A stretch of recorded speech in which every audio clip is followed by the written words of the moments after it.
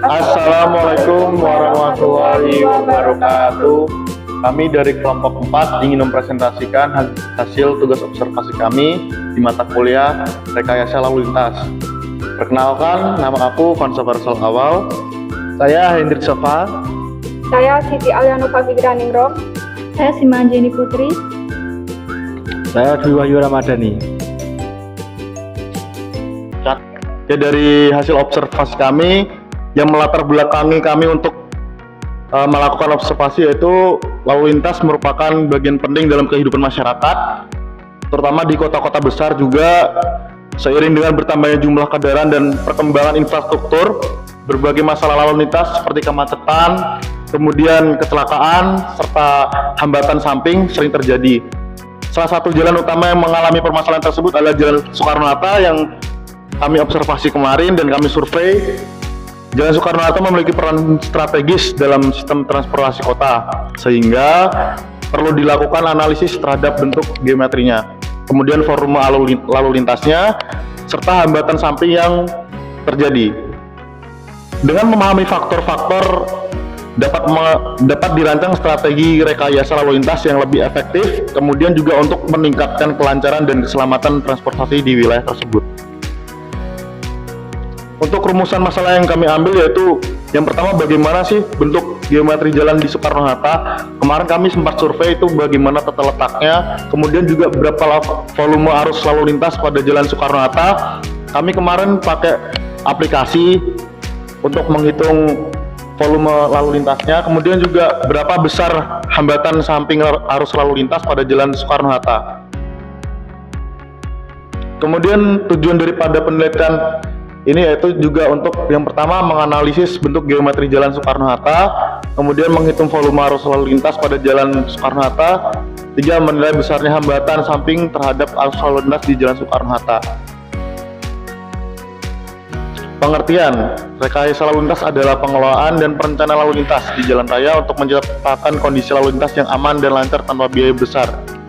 Masalah utama seperti kejadiannya kemacetan disebabkan oleh banyak kendaraan, kemudian kurangnya transportasi umum, dan pelanggaran aturan seperti melawan arus lalu lintas, seperti itu juga bisa. Kemudian yang perlu diatasi peningkatan infrastruktur, penegakan hukum, dan edukasi kepada masyarakat, yaitu tertuang di Undang-Undang Nomor 28 Tahun 2004.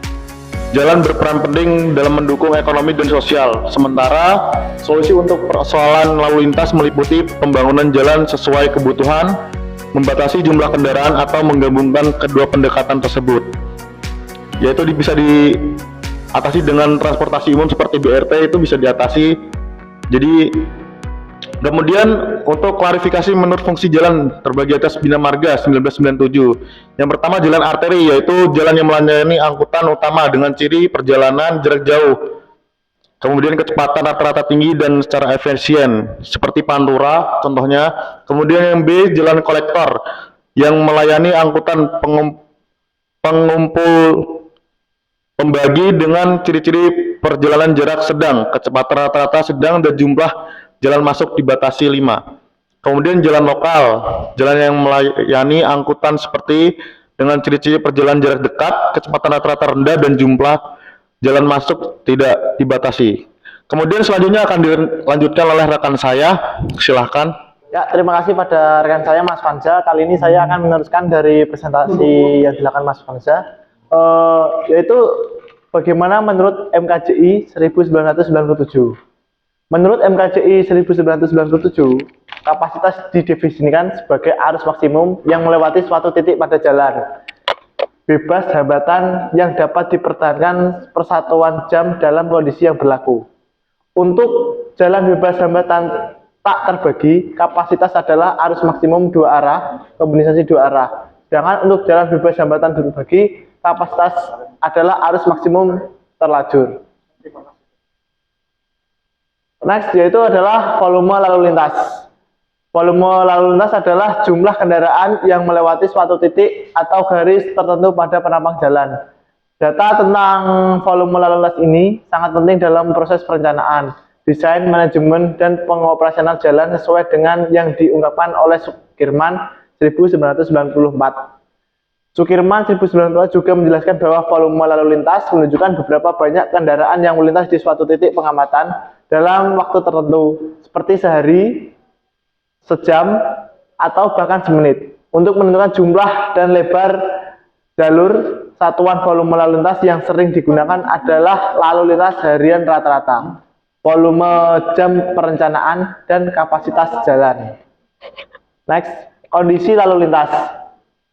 Kondisi lalu lintas merupakan keadaan di mana sasaran dari lingkup keseluruhan untuk mengendalikan pergerakan lalu lintas. Di dalam Undang-Undang Nomor 22 Tahun 2009, lalu lintas didefinisikan sebagai kendaraan dan orang di ruang lalu lintas jalan, sedangkan dimaksud dengan ruang lalu lintas jalan adalah prasarana yang diperuntukkan bagi gerak pindah kendaraan, orang, dan atau barang yang berupa jalan dan fasilitas pendukung.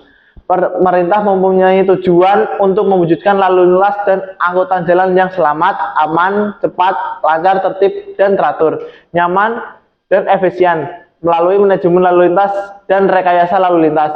Tata cara berlalu lintas di jalan diatur dengan peraturan perundangan yang menyangkut arah lalu lintas, prioritas penggunaan jalan, lajur lalu lintas, jalur lalu lintas, dan pengendalian arus di persimpangan. Kemudian dari saya, mungkin bisa dilanjutkan oleh teman saya. Terima kasih. Selanjutnya adalah hambatan samping. Hambatan samping disebabkan oleh 4 jenis yang masing-masing memiliki bobot pengaruh yang berbeda terhadap kapasitas, yaitu yang pertama, pejalan kaki. Yang kedua, kendaraan berhenti atau parkir. Ketiga, kendaraan bergerak lambat. Keempat, kendaraan masuk dan keluar dari lahan di samping jalan. Adapun kecepatan arus lalu lintas dibagi menjadi 3. Yang pertama, kendaraan ringan atau LV yang mencakup mobil penumpang, minibus, pick up, truk kecil, dan jeep. Yang kedua, kendaraan berat atau heavy termasuk truk dan bus serta sepeda motor atau MC. Yang ketiga, kendaraan tak bermotor diakui sebagai kejadian tersendiri dalam faktor penyelesaian hambatan samping. Yang selanjutnya akan dilanjutkan oleh rekan saya.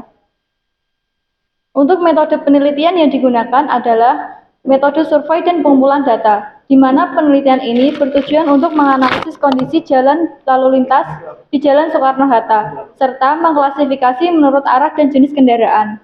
Metode yang digunakan dalam pengumpulan data menggunakan aplikasi traffic counter. Seorang pengamat akan mencatat masing-masing jenis kendaraan yang lewat.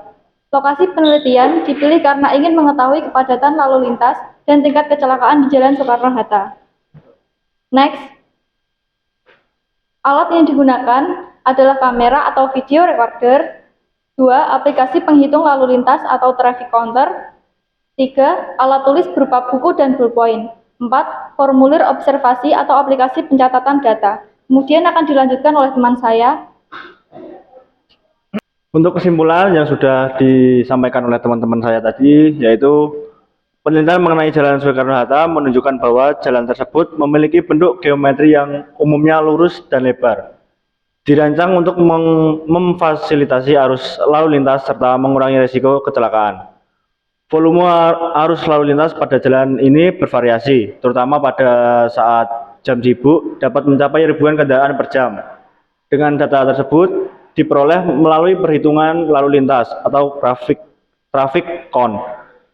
Di sisi lain, hambatan samping lalu lintas mencakup faktor-faktor yang dapat mengganggu kelancaran seperti parkir sembarangan dan perilaku pejalan kaki yang tidak teratur, yang memerlukan analisis serta pengamatan lebih lanjut untuk mengevaluasi dampaknya terhadap arus lalu lintas. Sekian presentasi dari kelompok kami. Kalau ada kata-kata yang salah, mohon dimaafkan. Wassalamualaikum warahmatullahi wabarakatuh.